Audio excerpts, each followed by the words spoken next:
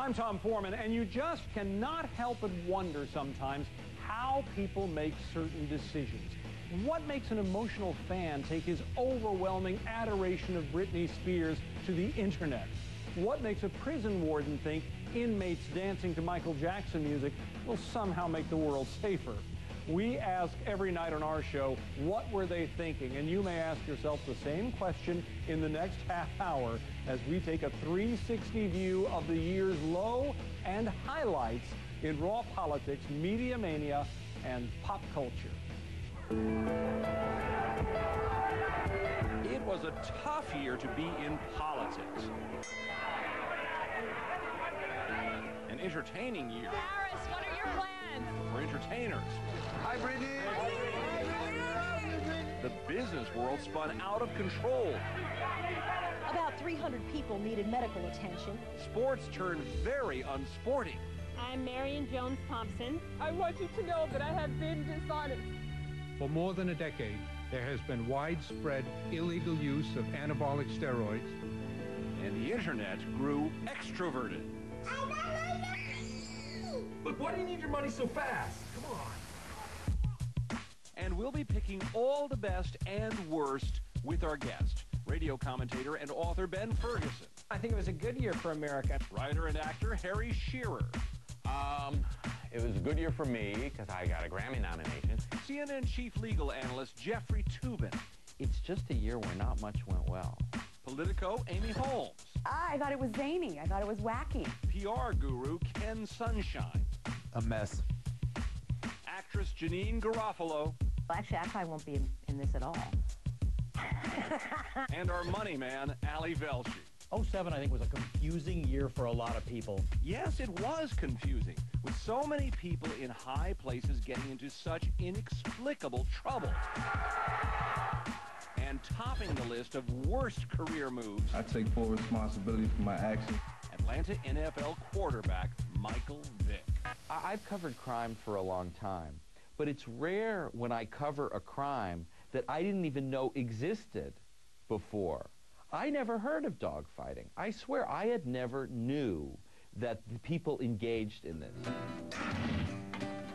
The court found Vick's involvement with dogfighting so horrific, he's now serving almost 2 years behind bars. Anybody who sacrifices their career for an inordinately low amount of money will be known as a Vickhead.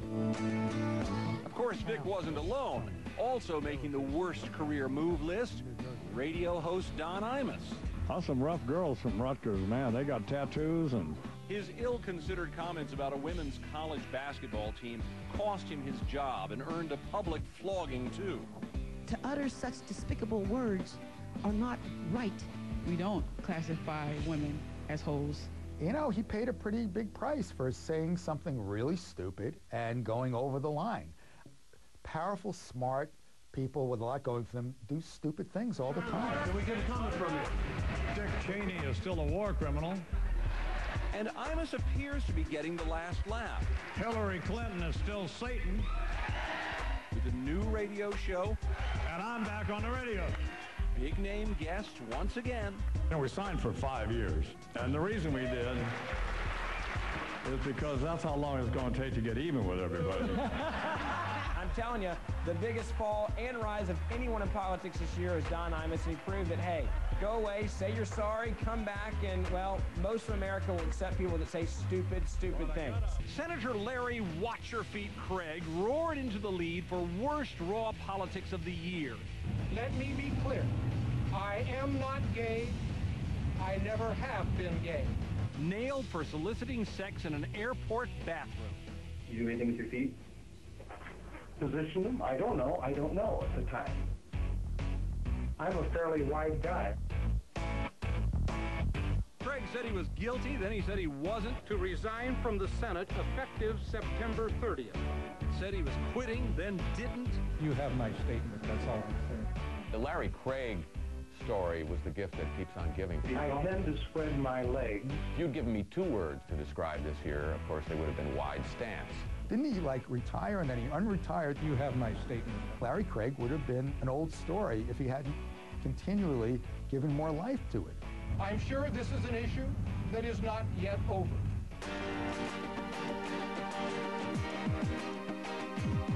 Today, the American people voted for change, and that is exactly what we intend to do. Democrats hit the new year full of life, fresh off their fall capture of the Capitol. Pelosi. Best move, welcoming the first female Speaker of the House. But neither Nancy Pelosi's gavel nor Harry Reid's rally in the Senate could stop their party's worst defeat, the failure to get America headed out of the Iraq War as promised. It is clear that we need to change our strategy in Iraq. To the contrary, President Bush and his Republican supporters increased the number of troops. This was actually a year, I think, that made conservatives a lot more optimistic about the progress in Iraq. The Democrats, spurred by collapsing public support for the war, talked exits, impeachment, asked whether the surge had any hope of working. The military objectives of the surge are in large measure being met. Which is not to say that the Democratic Congress did very much besides ask questions, but at least they did that. The President's credibility. Again and again. It would amount to the largest tax increase in American history. Bitter words flew. He is impossible and has been for 7 years to deal with. Almost nothing was settled. Therefore, I will use the veto. The big news in politics was gridlock. Republicans couldn't get anything done. Neither could Democrats. Even on the hottest issues, Congress went cold. Not a darn thing was done on immigration this year, and I think when people see that, whether you're liberal or conservative, a lot of people just look at it as, do something for me, I'm paying all these taxes, can't you at least fix one problem? I mean, name one major problem that was fixed this year, because honestly, I can't.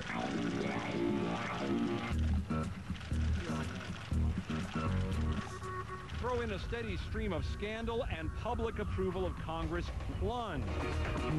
The president's numbers were better, but still awful, as he was hammered by troubles, investigations, embarrassments, defections. For him to be at this percentage for this length of time of approval, that's pretty astounding, considering the guy did win 2 elections. It's been a terrible year for him. So how did the parties respond with the worst time to start the presidential campaign? Way too early.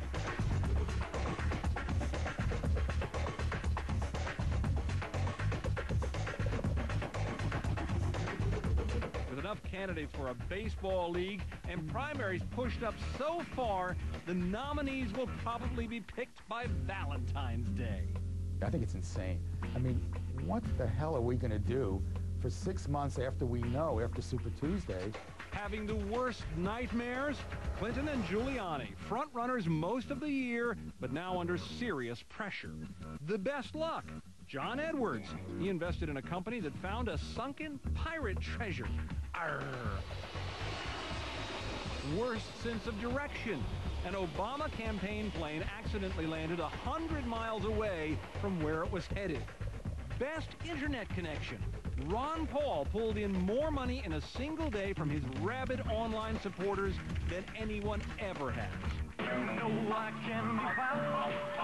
Best friends. Turns out Fred Thompson is related to Elvis. Green Acres is the place to be. Worst real estate deal. The next occupant of the White House may well have to spend $500 million to convince voters that he or she belongs there. Because they're just regular folks like us.